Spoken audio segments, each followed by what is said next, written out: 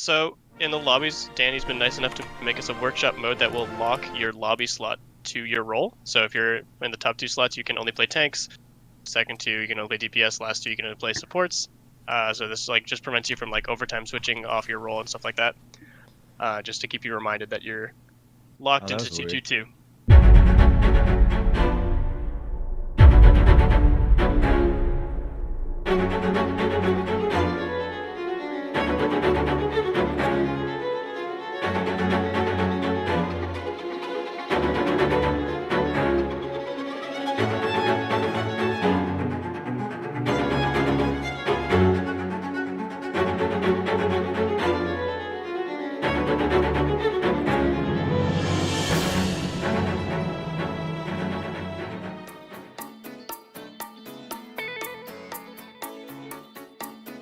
From now on, in competitive and quick play, as well as in Overwatch esports, when you queue up for a match, you will be asked to pick a role between support, damage, or tank.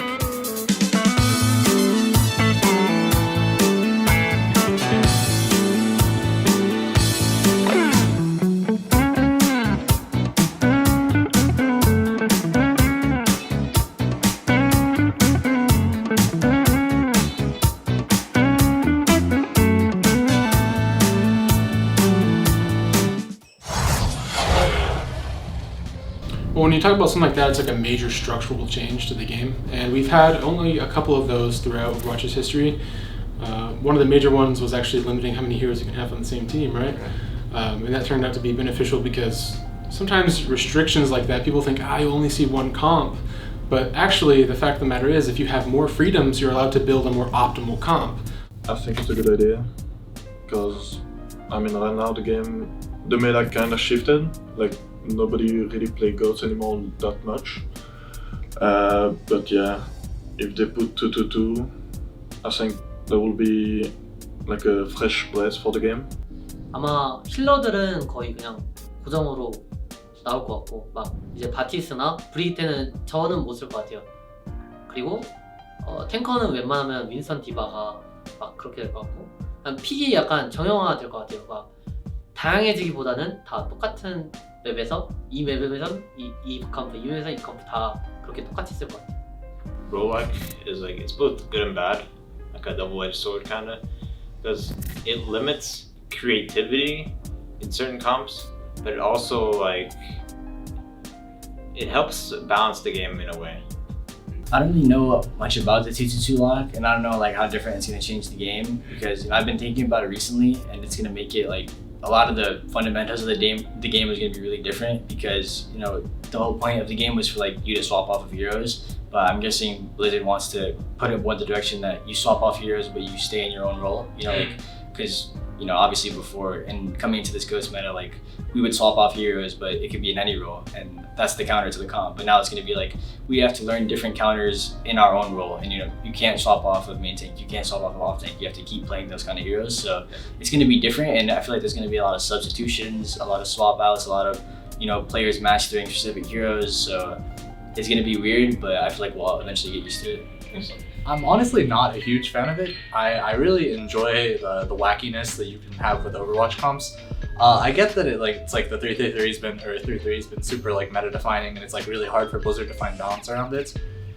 So I kind of understand the need for 2-2-2 lock. I think it's a justified response, because they've just proved that they haven't really been able to balance the game properly around an overall lock. But I am definitely going to miss just the creativity of just being able to come out as solo tank with a bunch of DPS or a bunch of tanks. I'm gonna miss that. But maybe Ashe. Ashe is a niche pick. Ashe could be played on something like Gibraltar or Hollywood First Point, but other than that, I don't think she will, because she doesn't have that much mobility like Widow does.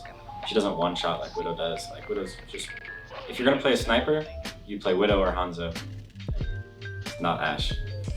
Yeah.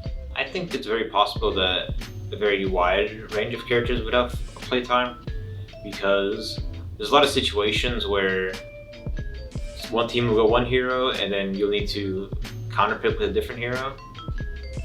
So I think having a greater pool of heroes allows you more like diversibility on your counters. 아마 리퍼나 막 그런 거는 좀 쓸 것 같아요.